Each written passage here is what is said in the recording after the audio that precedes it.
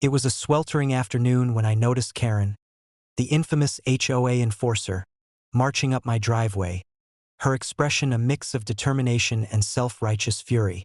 This time, she had decided that I needed to be removed from my own property.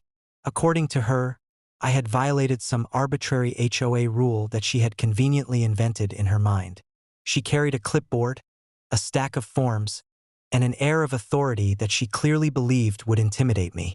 Karen's approach was dramatic, purposeful, and, as always, completely misplaced.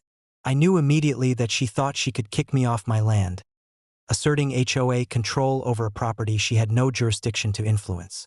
But Karen had underestimated two crucial facts. First, I was fully aware of my legal rights and the limits of her authority. And second, she had no idea that her actions would trigger a full-scale board-wide meltdown. I greeted her calmly at the gate. "Karen," I said evenly, "I understand you've taken issue with my presence here.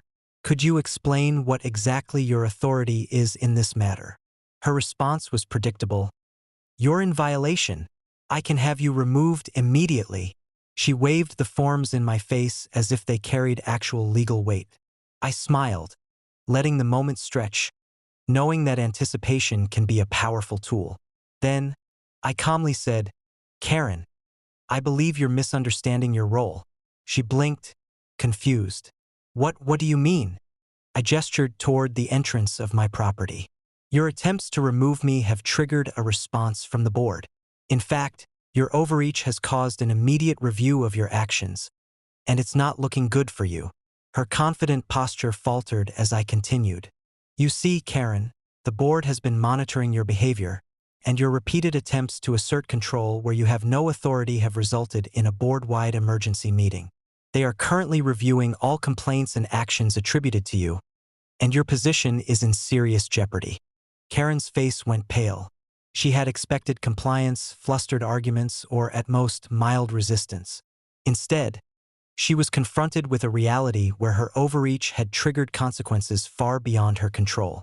The board, outraged at her repeated oversteps and the disruption she had caused, convened immediately to assess the situation. By the time the meeting concluded, Karen had been formally reprimanded, her authority curtailed, and warned that any further attempts to interfere could result in immediate removal from her position.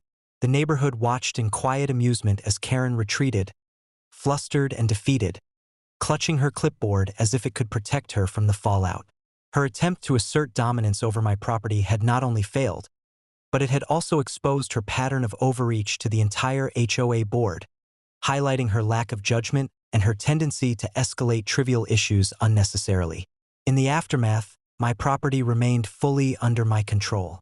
The board, satisfied that corrective action had been taken, reinforced the message that HOA authority had limits, and that Karen's behavior had overstepped those limits in dramatic fashion.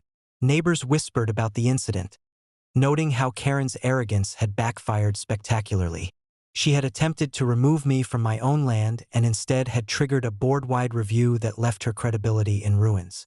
From my porch, overlooking the peaceful property, I reflected on the power of calm, strategic response.